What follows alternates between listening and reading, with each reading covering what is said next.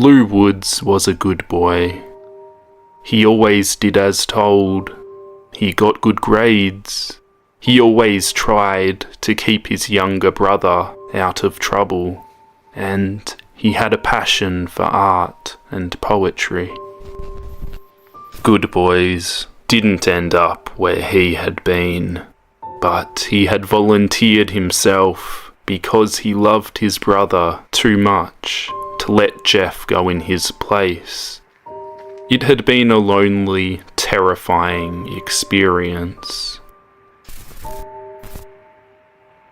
Now it had been weeks since Lou had been released from that horrible place, only to see his little brother in such a delicate state. He visited as often as he could after school. Jeff couldn't speak, but that didn't stop Lou from trying to keep his brother entertained. He told him about mundane things, like what he had for lunch, how he still hadn't made any friends.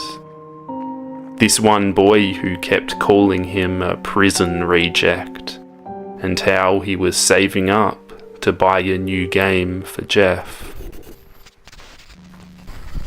All Lou could think about at school was his brother, stuck in that hospital.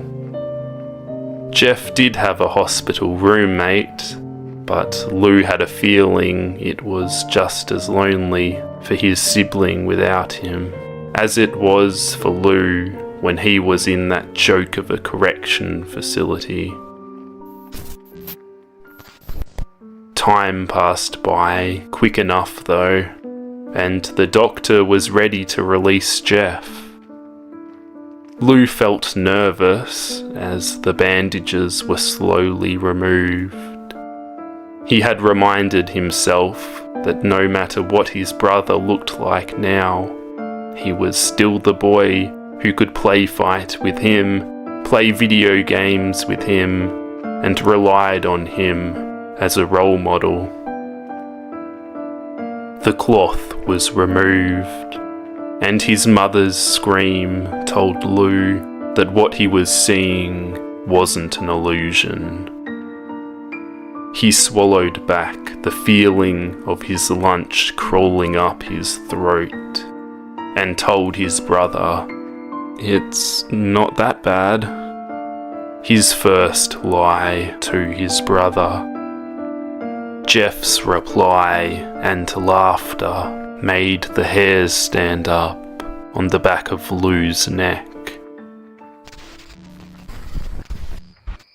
That night, Lou fell asleep after some thought. He was sure he had already gotten used to Jeff's face. It was still his brother, after all, no matter what he looked like. He woke up at the sound of a thud. There was a gut feeling in his stomach, informing him something wasn't right. But he ignored it and tried to go back to sleep. There was no success in calming himself down, and he looked up again. A hand roughly covered his mouth, making him lash out, until Lou was pushed over onto his bed, his assailant pinning him down. Some kind of liquid hit his forehead, and he realized two things. The person above him was Jeff, and he was bleeding from freshly made gouges in his cheeks. The kitchen knife reflected in the dim moonlight coming from the window as Lou thrashed, trying to scream under the hand. Shh. His younger sibling cooed softly, like a mother talking to her newborn. go to sleep. The feeling of the knife digging into his chest lightly was painful. The cut that followed on his abdomen was the worst pain the boy had ever felt.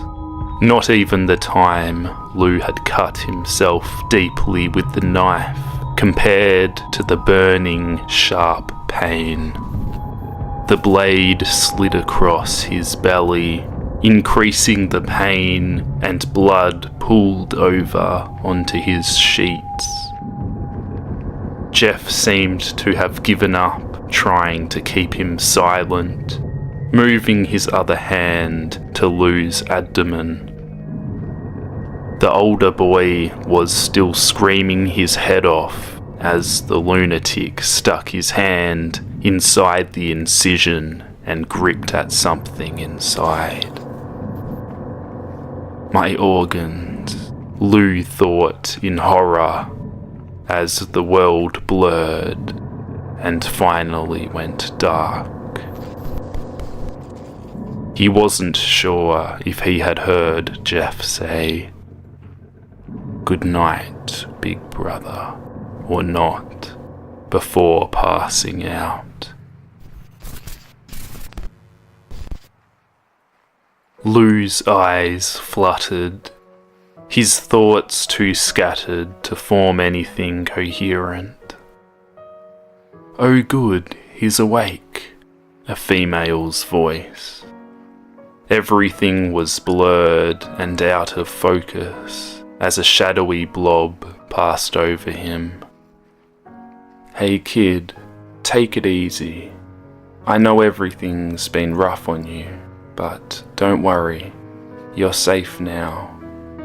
He won't be able to touch you here." He? Lou took a moment to process the word. He? He who? Who's he? Where am I? Oh God, it hurts. Calm down, kid. You're going to drive the heart monitor crazy. The soft pressure gripped his hand, and Lou closed his eyes, trying to relax. "I'll tell the doctor to up your dose. You're a lucky kid. That psycho bastard has already killed quite a few people. He looks like a demon or something from the police sketches. Wouldn't want to run into him in an alley at night."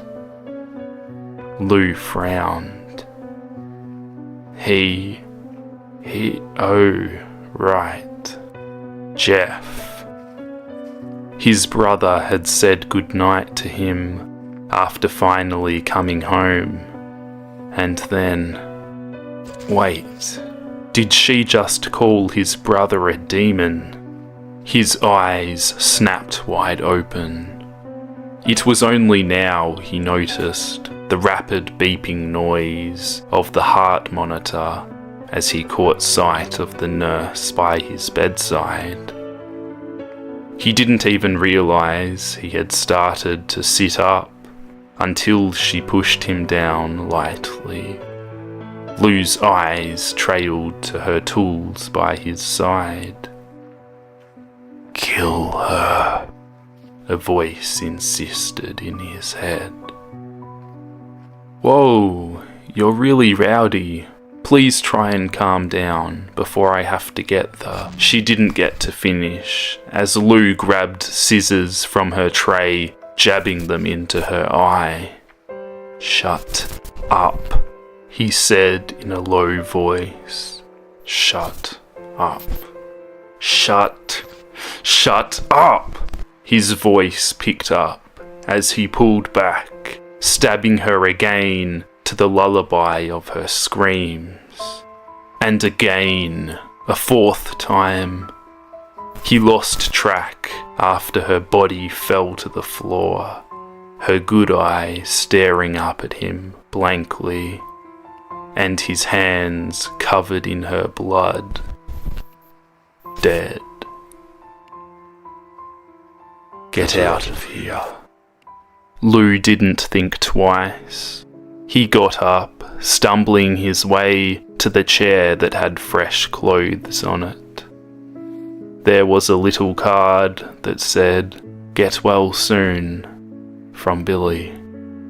He threw it aside and quickly got dressed, hissing in pain when he tried to bend the wrong way on his stitches. One look in the mirror revealed his body was littered in stitches. Those are new, he thought, as he finished pulling his shirt on and walked back to the corpse. You were so goddamn annoying. And my brother is not a bastard or demon.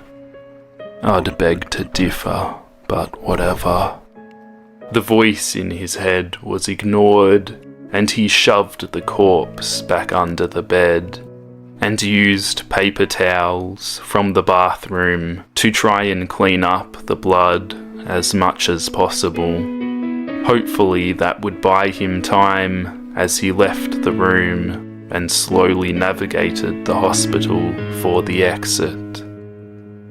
Every once in a while, his stomach flared in a painful protest, but Lou knew he couldn't turn back now. Jeffrey Woods was a murderer, and now Lou Woods was one too.